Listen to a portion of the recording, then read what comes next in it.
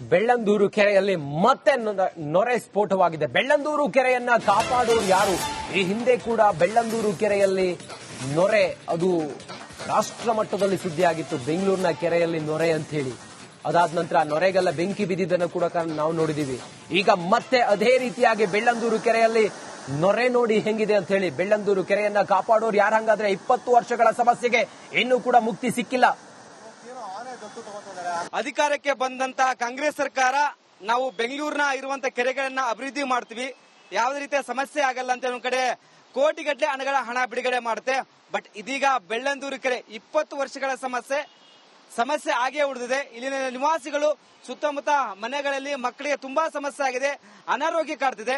ಮತ್ತೆ ನೊರೆ ಉದ್ಭವವಾಗಿದೆ. ಬೆಳ್ಳಂದೂರು ಕೆರೆಯಲ್ಲಿ ನೊರೆ ಉದ್ಭವವಾಗಿದೆ. ತುಂಬಾ ಸ್ಮೆಲ್ ಇದೆ, ನನಗೂ ಆಗ್ತಿಲ್ಲ, ವಾಮಿಟ್ ಬಂದಂಗೆ ಫೀಲ್ ಆಗ್ತಿದೆ. ಯಾಕಂದ್ರೆ ಅಷ್ಟು ಸ್ಮೆಲ್ ಇದೆ. ಒಂದ್ ಕಡೆ ಕೆಮಿಕಲ್ ಮಿಶ್ರಿತ ನೀರು ನೋಡಿ ಯಾವ ರೀತಿ ನೊರೆ ಬಂದಿಲ್ಲಿ. ಯಾಕಂದ್ರೆ 8 ವರ್ಷಗಳ ಹಿಂದೆ ಬಂದಿತ್ತು, ನೊರೆಯಲ್ಲಿ ಬೆಂಕಿ ಸಹ ಕಾಣಿಸಿಕೊಂಡಿತ್ತು.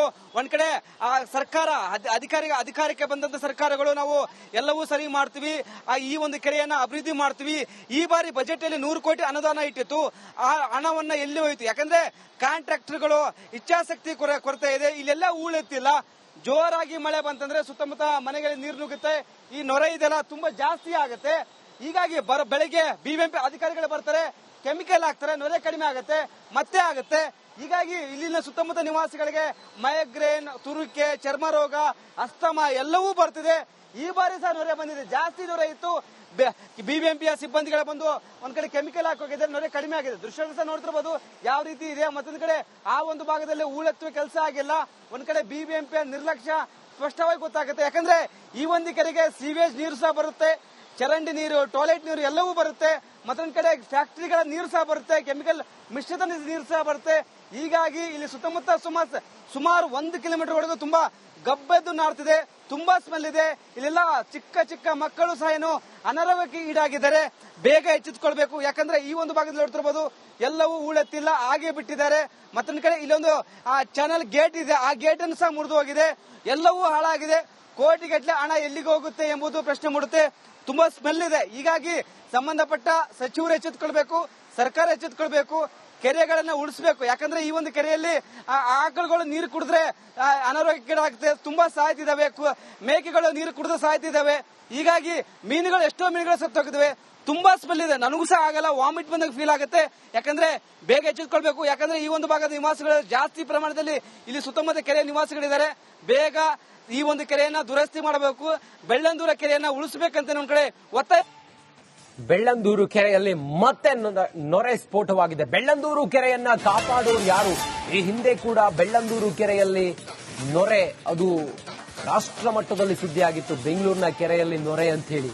ಅದಾದ ನಂತರ ನೊರೆಗೆಲ್ಲ ಬೆಂಕಿ ಬಿದ್ದಿದ್ದನ್ನು ಕೂಡ ನಾವು ನೋಡಿದೀವಿ.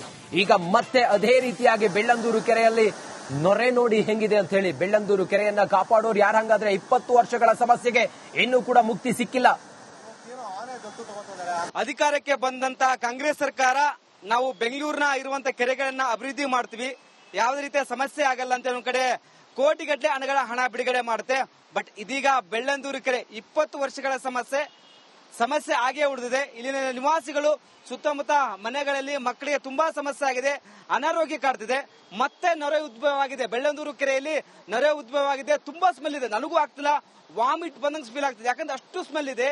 ಒಂದ್ ಕಡೆ ಕೆಮಿಕಲ್ ಮಿಶ್ರಿತ ನೀರು ನೋಡಿ ಯಾವ ರೀತಿ ನೊರೆ ಬಂದಿಲ್ಲಿ. ಯಾಕಂದ್ರೆ 8 ವರ್ಷಗಳ ಹಿಂದೆ ಬಂದಿತ್ತು, ನೊರೆಯಲ್ಲಿ ಬೆಂಕಿ ಸಹ ಕಾಣಿಸಿಕೊಂಡಿತ್ತು. ಒಂದ್ ಕಡೆ ಆ ಸರ್ಕಾರ ಅಧಿಕಾರಕ್ಕೆ ಬಂದಂತ ಸರ್ಕಾರಗಳು ನಾವು ಎಲ್ಲವೂ ಸರಿ ಮಾಡ್ತೀವಿ, ಈ ಒಂದು ಕೆರೆಯನ್ನ ಅಭಿವೃದ್ಧಿ ಮಾಡ್ತೀವಿ, ಈ ಬಾರಿ ಬಜೆಟ್ ಅಲ್ಲಿ 100 ಕೋಟಿ ಅನುದಾನ ಇಟ್ಟಿತ್ತು, ಆ ಹಣವನ್ನ ಎಲ್ಲಿ ಹೋಯ್ತು? ಯಾಕಂದ್ರೆ ಕಾಂಟ್ರಾಕ್ಟರ್ಗಳು ಇಚ್ಛಾಶಕ್ತಿ ಕೊರತೆ ಇದೆ, ಇಲ್ಲೆಲ್ಲ ಹೂಳೆತ್ತಿಲ್ಲ. ಜೋರಾಗಿ ಮಳೆ ಬಂತಂದ್ರೆ ಸುತ್ತಮುತ್ತ ಮನೆಗಳಿಗೆ ನೀರು ನುಗ್ಗುತ್ತೆ, ಈ ನೊರೆ ಇದೆಲ್ಲ ತುಂಬಾ ಜಾಸ್ತಿ ಆಗುತ್ತೆ. ಹೀಗಾಗಿ ಬೆಳಗ್ಗೆ ಬಿಬಿಎಂಪಿ ಅಧಿಕಾರಿಗಳು ಬರ್ತಾರೆ, ಕೆಮಿಕಲ್ ಹಾಕ್ತಾರೆ, ನೊರೆ ಕಡಿಮೆ ಆಗುತ್ತೆ, ಮತ್ತೆ ಆಗುತ್ತೆ. ಹೀಗಾಗಿ ಇಲ್ಲಿನ ಸುತ್ತಮುತ್ತ ನಿವಾಸಿಗಳಿಗೆ ಮೈಗ್ರೇನ್, ತುರುಕೆ, ಚರ್ಮ ರೋಗ, ಅಸ್ತಮ ಎಲ್ಲವೂ ಬರ್ತಿದೆ. ಈ ಬಾರಿ ಸಹ ನೊರೆ ಬಂದಿದೆ, ಜಾಸ್ತಿ ನೊರೆ ಇತ್ತು. ಬಿಬಿಎಂಪಿಯ ಸಿಬ್ಬಂದಿಗಳ ಬಂದು ಒಂದ್ ಕಡೆ ಕೆಮಿಕಲ್ ಹಾಕೋಗಿದೆ, ನೊರೆ ಕಡಿಮೆ ಆಗಿದೆ. ದೃಶ್ಯ ಸಹ ನೋಡ್ತಿರ್ಬೋದು ಯಾವ ರೀತಿ ಇದೆ. ಮತ್ತೊಂದ್ ಕಡೆ ಆ ಒಂದು ಭಾಗದಲ್ಲಿ ಹೂಳೆತ್ತುವ ಕೆಲಸ ಆಗಿಲ್ಲ. ಒಂದ್ ಕಡೆ ಬಿಬಿಎಂಪಿಯ ನಿರ್ಲಕ್ಷ್ಯ ಸ್ಪಷ್ಟವಾಗಿ ಗೊತ್ತಾಗುತ್ತೆ. ಯಾಕಂದ್ರೆ ಈ ಒಂದು ಕೆರೆಗೆ ಸೀವೇಜ್ ನೀರು ಸಹ ಬರುತ್ತೆ, ಚರಂಡಿ ನೀರು, ಟಾಯ್ಲೆಟ್ ನೀರು ಎಲ್ಲವೂ ಬರುತ್ತೆ. ಮತ್ತೊಂದ್ ಕಡೆ ಫ್ಯಾಕ್ಟರಿಗಳ ನೀರು ಸಹ ಬರುತ್ತೆ, ಕೆಮಿಕಲ್ ಮಿಶ್ರಿತ ನೀರು ಸಹ ಬರುತ್ತೆ.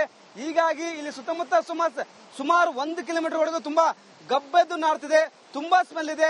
ಇಲ್ಲೆಲ್ಲ ಚಿಕ್ಕ ಚಿಕ್ಕ ಮಕ್ಕಳು ಸಹ ಏನು ಅನಾರೋಗ್ಯಕ್ಕೆ ಈಡಾಗಿದ್ದಾರೆ. ಬೇಗ ಎಚ್ಚೆತ್ತುಕೊಳ್ಬೇಕು. ಯಾಕಂದ್ರೆ ಈ ಒಂದು ಭಾಗದಲ್ಲಿ ನೋಡ್ತಿರ್ಬೋದು ಎಲ್ಲವೂ ಹೂಳೆತ್ತಿಲ್ಲ, ಹಾಗೆ ಬಿಟ್ಟಿದ್ದಾರೆ. ಮತ್ತೊಂದು ಕಡೆ ಇಲ್ಲೊಂದು ಚಾನಲ್ ಗೇಟ್ ಇದೆ, ಆ ಗೇಟ್ ಅನ್ನು ಸಹ ಮುರಿದು ಹೋಗಿದೆ. ಎಲ್ಲವೂ ಹಾಳಾಗಿದೆ. ಕೋಟಿಗಟ್ಟಲೆ ಹಣ ಎಲ್ಲಿಗೆ ಹೋಗುತ್ತೆ ಎಂಬುದು ಪ್ರಶ್ನೆ ಮೂಡುತ್ತೆ.